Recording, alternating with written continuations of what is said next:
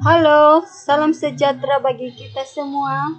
Perkenalkan, saya Yusnita Krisnayanti Jiliwu, peserta Latsar tahun 2021, Angkatan 55, Kelompok 4. Pada video ini, saya akan menjelaskan tentang internalisasi nilai-nilai anti korupsi dengan pengampu materi Ibu Nurmayana Siregar, SEMSI, dari penyelenggara diklat BPSDM Provinsi Sumatera Utara bekerjasama dengan LPP Agro Nusantara Medan. Perlu kita ketahui bersama apa itu korupsi.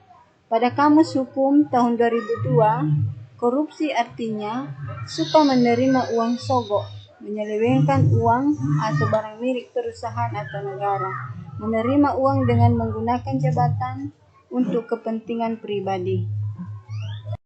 Ada 9 nilai-nilai anti korupsi, yaitu yang pertama kejujuran, kedua kepedulian, ketiga kemandirian, 4 kedisiplinan, 5 pertanggungjawaban, 6 kerja keras, 7 kesederhanaan, 8 keberanian, dan 9 yaitu keadilan. Yang pertama yaitu kejujuran. Kejujuran merupakan nilai dasar yang menjadi landasan utama bagi penegakan integritas pada diri seseorang.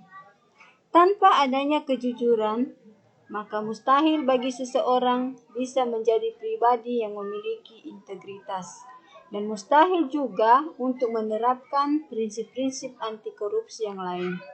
Contoh dari kejujuran ini yaitu menolak segala perbuatan yang mengarah kepada perbuatan korupsi atau menolak gratifikasi. Yang kedua yaitu kepedulian. Nilai kepedulian sangat penting bagi seorang ASN dalam kehidupan berbangsa dan bernegara. Seorang guru harus memiliki rasa kepedulian terhadap lingkungan di sekitarnya, yang diwujudkan dengan berusaha memantau proses jalannya pembelajaran, memantau sistem pengelolaan sumber daya yang ada di sekolah, serta memperhatikan kondisi sarana dan prasarana yang ada di sekolah.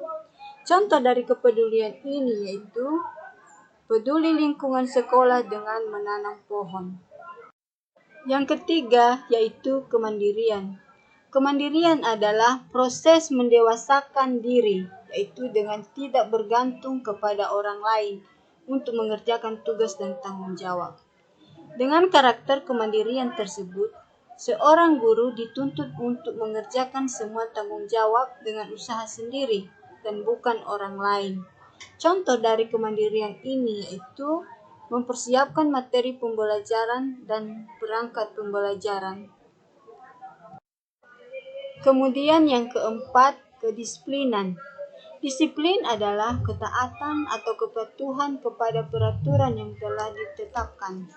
Penerapan disiplin tidak harus seperti yang diterapkan dalam militer, namun disiplin untuk seorang guru perlu diterapkan dalam mengatur dan mengelola waktu untuk digunakan dengan sebaik-baiknya secara optimal untuk menyelesaikan tugas dan tanggung jawab yang telah diemban kepadanya. Contoh dari kedisiplinan ini yaitu datang dan pergi ke sekolah tepat waktu sesuai dengan jam yang telah ditentukan. Yang kelima yaitu bertanggung jawab. Tanggung jawab adalah keadaan wajib menanggung segala sesuatunya. Kalau terjadi apa-apa boleh dituntut, dipersalahkan, boleh diperkarakan, dan sebagainya. Sebagai seorang guru harus berpikir matang dalam mengambil keputusan. Bertanggung jawab juga berarti mengakui kesalahan akibat dari keputusan yang diambil. Contoh dari bertanggung jawab yaitu guru bertanggung jawab untuk mendidik dan mengajar anak didiknya dengan baik. Kemudian yang keenam yaitu kerja keras. Bekerja keras pada dasarnya diawali dari kemauan dalam diri seseorang. Kemauan seseorang mengandung suatu makna yang berarti yaitu ketekatan, ketekunan, daya tahan, daya kerja, pendirian, keberanian, ketabahan, keteguhan, dan pantang mundur. Contoh dari kerja keras ini yaitu mempersiapkan dengan matang setiap materi yang akan disampaikan kepada anak didik. Kemudian yang ketujuh yaitu sederhana. Gaya hidup sederhana sangat perlu untuk diterapkan dalam kehidupan ASN. Dengan gaya hidup yang sederhana, maka setiap orang tidak terbiasa melakukan hidup boros. Contoh dari sederhana ini yaitu guru berpenampilan sederhana ke sekolah.